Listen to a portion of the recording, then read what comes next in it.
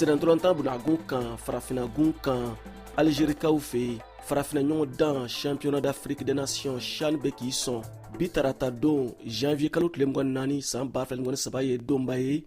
Mali forobatɔn samata sɛgɛsodenw bolo ka da kan Algérie kɛnɛ kan Mauritanie ni Mali ka ɲɔgɔn dan bi don ɲɔgɔn dan bɛ senna yɛrɛ ka da kan kabi nɛgɛ 16 waati n'o ye Mali heure ye a tun ka kan ka daminɛ ni Mali b'a fɛ ka ye CHAN quart de finale la fɔ ka se de sɔrɔ Mauritanie kan bi ɲɔgɔn dan na walima filɛ bin Mauritanie ni Mali si kana se si la nka bɛ o la cilu ka don cilu kelen dɔrɔn tɛ n'i b'a dɔn Mali ka boko fɔlɔ la Mali ni Angola ye filɛ bin de kɛ si tun ma se si la cilu saba fan fila bɛ fɛ juma tɛmɛnen Angola ni Mauritanie fana ye filɛ bin de kɛ si tun ma se si la kanankolo fan fila bɛ fɛ Mali dun ka kulu kɔnɔ groupe D jamana saba ninnu na min ka kuru mana caya poule ɲɔgɔndanw kun cɛlen o de bɛ ye quart de finale la an bɛ se k'a fɔ ko sebaaya de ka fisa Mali ma ni ko in na hali n'a y'a sɔrɔ Mauritanie fana b'a fɛ ka ye quart de finale la Mali ka ko u bɛ Mali yɛrɛ bolo degeli karamɔgɔ ni Humu Jane ka cɛdenw baara de b'u bolo walasa Mali ka se ka kunkɔrɔta sɔrɔ kɛnɛ in kan